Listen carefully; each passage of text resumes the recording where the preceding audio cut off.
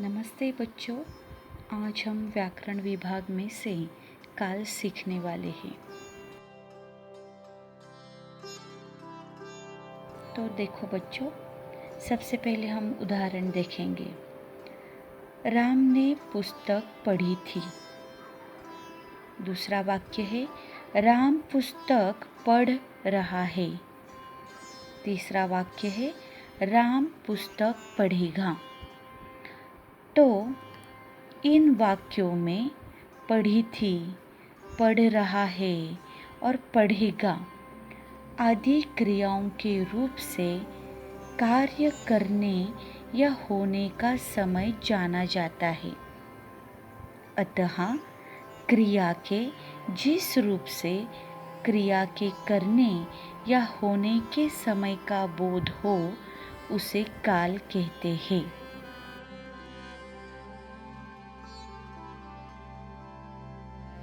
तो देखिए, काल के 3 भेद हैं। एक वर्तमान काल, दूसरा भूतकाल और तीसरा भविष्यकाल।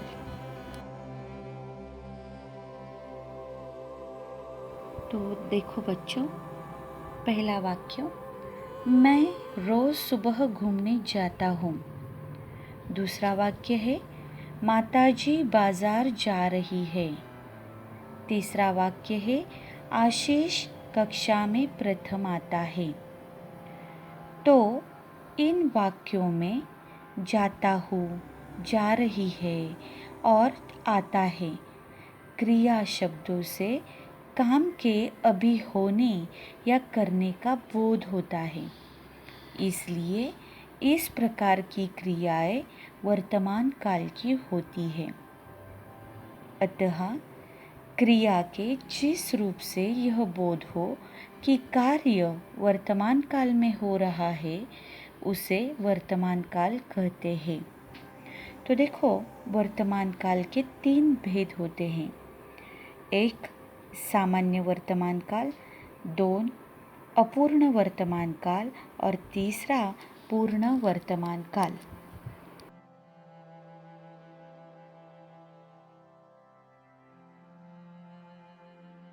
तो सबसे पहले हम देखेंगे सामान्य वर्तमान काल।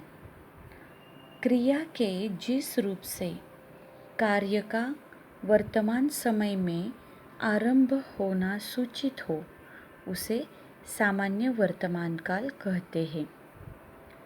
उदाहरण के तौर पर, वह दूध पीता है। दूसरा वाक्य इस प्रकार से होगा, मैं स्कूल जाता हूँ। तीसरा वाक्य, श्याम किताब पढ़ता है। तो पीता है, जाता हूँ, पढ़ता है, इन क्रियाओं से कार्य के वर्तमान काल में सामान्य रूप से होने का बोध हो रहा है। तो यहाँ पर इस प्रकार से जाता, जाता हूँ, जाती है, जाते हैं, इस प्रकार से वर्तमान कालीन रूप होंगे।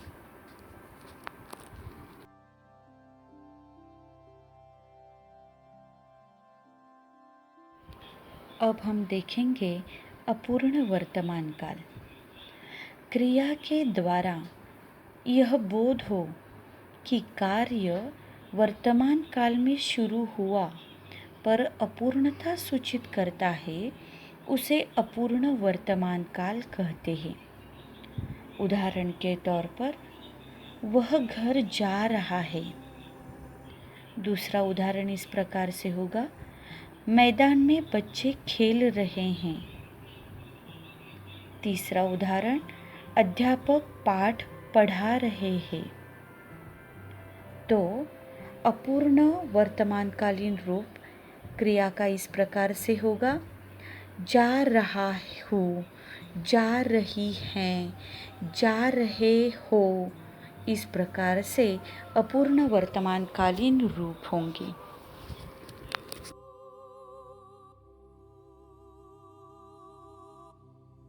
अब हम पूर्ण वर्तमान काल देखेंगे।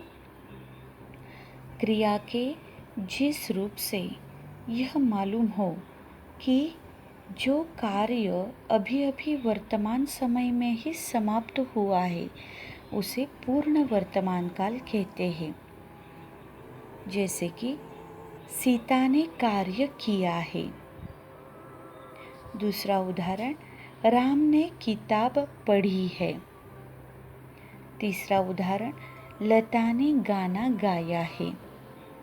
तो इस प्रकार से पढ़ा है, पढ़ी है, गाया है, तो इससे प्रतीत होता है कि कार्य भूतकाल में आरंभ होकर वह अभी वर्तमान में पूरा हुआ है, इसलिए ये क्रिया पूर्ण वर्तमान काल की होती है।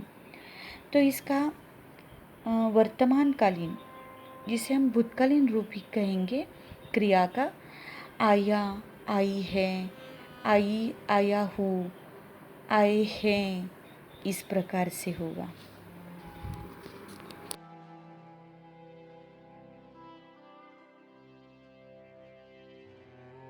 तो बच्चों, अब हम भूतकाल देखेंगे। राम ने खाना खाया। दूसरा उदाहरण, गोपाल ने पत्र लिखा। विद्यार्थी पढ़ रहे थे। तो इन वाक्यों में खाया, लिखा, पढ़ रहे थे क्रियाएं बीते समय का बोध कराती है। तो जिस क्रिया से यह पता चले कि कार्य बीते हुए समय में हुआ है उसे क्या कहेंगे? भूतकाल कहते हैं। तो भूतकाल के 3 भेद हैं: सामान्य भूतकाल, अपूर्ण भूतकाल और पूर्ण भूतकाल।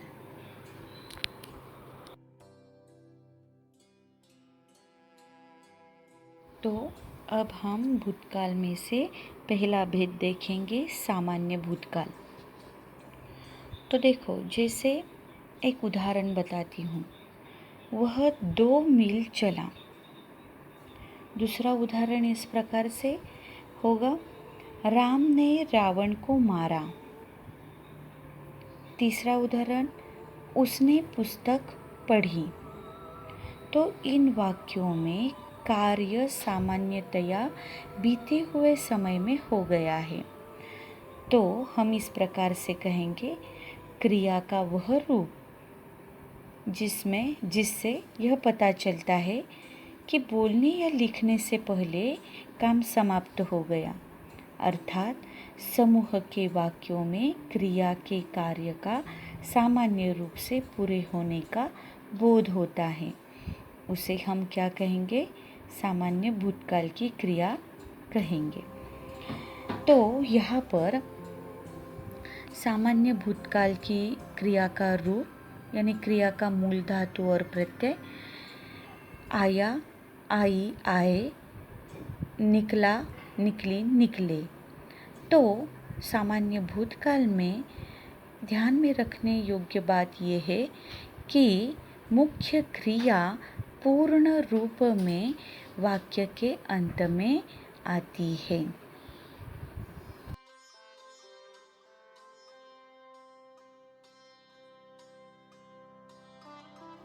अब हम दूसरा भेद देखेंगे, अपूर्ण भूतकाल। तो उदाहरणों से ही हम शुरुआत करेंगे। पक्षी उड़ रहे थे, ये पहला वाक्य है। दूसरा वाक्य, वे पाठशाला जा रहे थे। तीसरा वाक्य, पिताजी आ रहे थे। तो उपर्युक्त वाक्यों में रहे थे से ज्ञात होता है कि उड़ने और जाने आने का कार्य भूतकाल में शुरू हुआ, परंतु यह नहीं मालूम कि वह समाप्त हुआ भी या नहीं। तो इस प्रकार की क्रियाओं को अपूर्ण भूतकाल कहते हैं। तो हम इस प्रकार से कहेंगे, जिस क्रिया के द्वारा यह ज्ञात हो कि कार्य भूतकाल में आरंभ तो हुआ पर उसकी समाप्ति अभी नहीं हुई, उसे हम अपूर्ण भूतकाल की क्रिया कहते हैं। तो यहाँ पर अपूर्ण भूतकाल की क्रिया का रूप इस प्रकार से होगा, जा रहा था, जा रही थी, जा रहे थे, अथवा जाता था, जाती थी, जाते थे, इस प्रकार से।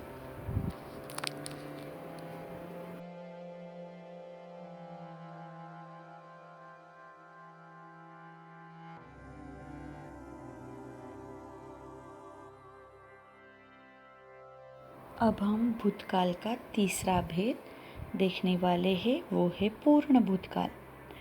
तो राम ने खाना खाया था। दूसरा उदाहरण, हम बाजार गए थे। तीसरा उदाहरण, राम ने रावण को मारा था। तो इन वाक्यों की क्रिया में यह पता चलता है कि कार्य बहुत पहले हो चुका है। मतलब हम इस प्रकार से कहेंगे, जिस क्रिया के द्वारा यह ज्ञात हो कि कार्य समाप्त हुए बहुत समय बीत चुका है, उसे पूर्ण भूतकाल की क्रिया कहते हैं। तो पूर्ण भूतकाल की क्रिया का रूप हम इस प्रकार से देखेंगे, जैसे आया था, आई थी, आए थे, इस प्रकार से इसके रूप होंगे।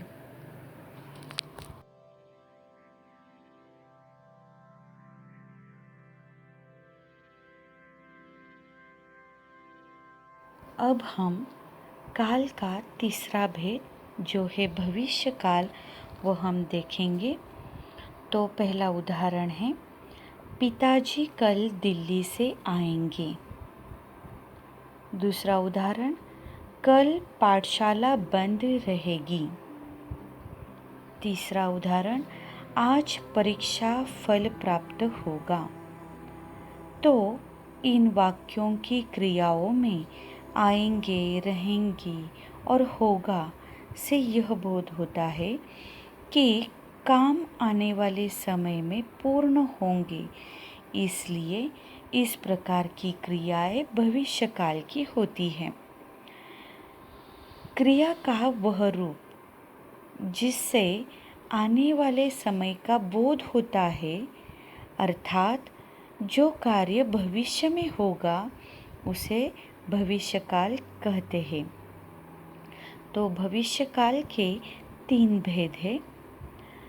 पहला सामान्य भविष्यकाल, दूसरा अपूर्ण भविष्यकाल और तीसरा पूर्ण भविष्यकाल।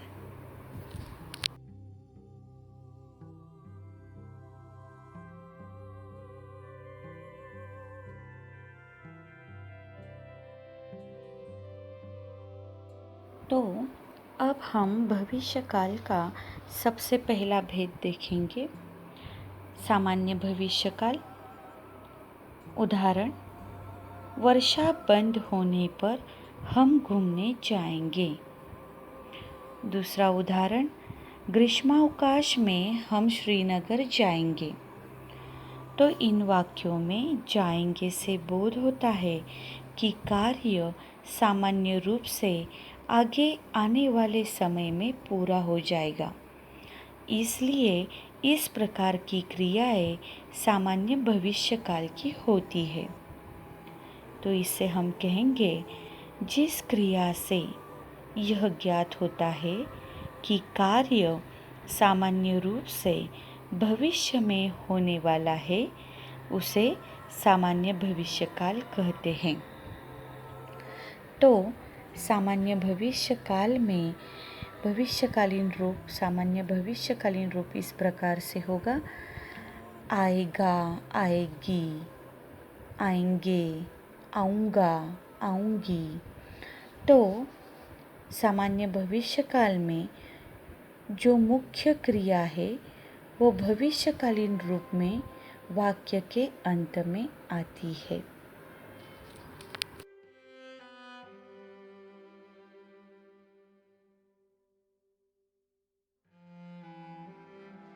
अब हम दूसरा भेद देखेंगे, वो है अपूर्ण भविष्यकाल। तो पहला वाक्य, सई गाना गा रही होगी। दूसरा उदाहरण, बच्चे पुस्तक पढ़ रहे होंगे। तो क्रिया के जिस रूप से आने वाले समय में क्रिया शुरू रहने की या अपूर्ण रहने की संभावना व्यक्त हो, उसे अपूर्ण भविष्यकाल कहते हैं। तो क्रिया का भविष्यकालीन रूप इस प्रकार से होगा, जा रहा होगा, जा रही होगी, जा रहे होंगे। इस प्रकार से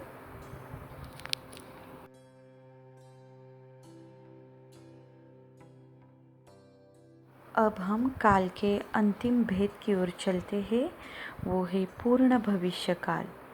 तो उदाहरण इस प्रकार से होगा, राम गांव गया होगा। तो क्रिया के जिस रूप से आने वाले समय में क्रिया पूर्ण होने की संभावना व्यक्त हो, उसे हम कहेंगे पूर्ण भविष्यकाल। तो इस प्रकार से हमने 3 काल देखे हैं, भूतकाल, वर्तमान काल और भविष्यकाल, और इनके भेद भी उदाहरण सहित देखे हैं। धन्यवाद।